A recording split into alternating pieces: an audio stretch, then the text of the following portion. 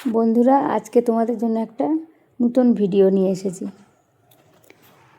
দেখো, আজকে ভিডিওটা হচ্ছে ক্রিসমাস ট্রির উপর এটা করে দেখাবো। মোমটা গলতে দেওয়া হয়েছে, গলেও গেছে।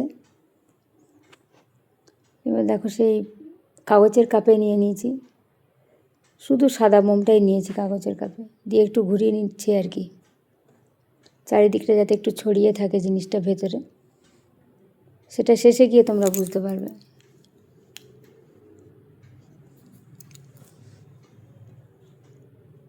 উড স্টিকটা ঠিক মিডিল বরাবর নিয়ে নেব। তবে এটা সূচ সুতো দিয়েও তোমরা করতে পারো। মোটা যে সূচগুলো হয় সেই সূচ সুতো দিয়েও এটা করা যায়, যেটা মোমের সুতো হয় আর কি, মোটা, সেটা দিয়েও করা যায়। আমি উড স্টিক ব্যবহার করেছি এই ক্ষেত্রে।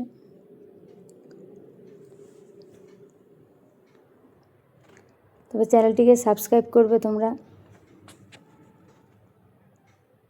দেখো, মোমটার সাথে গ্রিন কালার করব। এটা ক্রিসমাস ট্রি হবে তো, এটা গ্রিন কালার করব। এটা প্রায় 8-10 ফোঁটা মতো কালারটা নিয়ে নিয়েছি, দিয়ে ভালোভাবে গুলে নিতে হবে কালারটা। একটু ভালোভাবে না গুললে নিচে থেকে যাবে আর কি জিনিসটা। এবার সেন্টেড যেহেতু হবে, সেই পারফিউমটা মিশিয়ে দিলাম আর কি কয়েক ফোঁটা, ওই 5-6 ফোঁটা বা 7-8 ফোঁটাও দিতে পারো, তো 5-6 ফোঁটা দিলেও হবে আর কি। ভালোভাবে গুলে নিয়ে দেখো, এটা ঢেলে দিলাম মোল্ডের মধ্যে।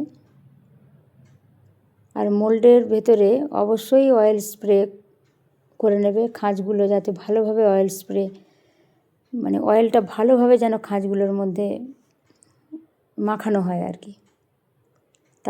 তাতে করে যে মোলটা, মানে মোমবাতিটা বেরোতে সুবিধা হবে মোল্ড থেকে। একটু কম পড়েছিল, আমি আবার একটু মিশিয়ে দিলাম কালার,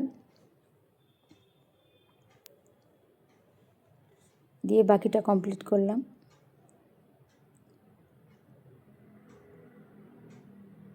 আর একটু ভাইব্রেট করে দেবে অবশ্যই, যাতে খাঁজগুলো ছড়িয়ে যায় কালারটা, মোমটা। চ্যানেলটিকে সাবস্ক্রাইব করতে ভুলবে না যেন। দেখো, ডিমোল্ড করছি। এটা একটু খাঁজটা বেশি তো, একটু সাবধানে ডিমোল্ড করাই ভালো।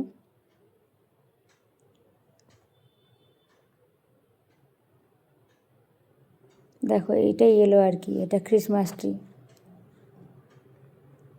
ওই সাদাটা দেওয়ার জন্য এরকম সাদা সবুজের মধ্যে একটা এসছে আর কি কালারটা। ভীষণই সুন্দর জিনিসগুলো।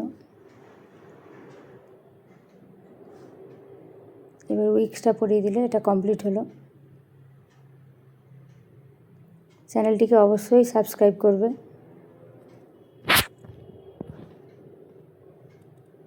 ক্রিসমাস ট্রি রেডি হয়ে গেছে। এটা তোমাদের কেমন লাগলো জানাবে।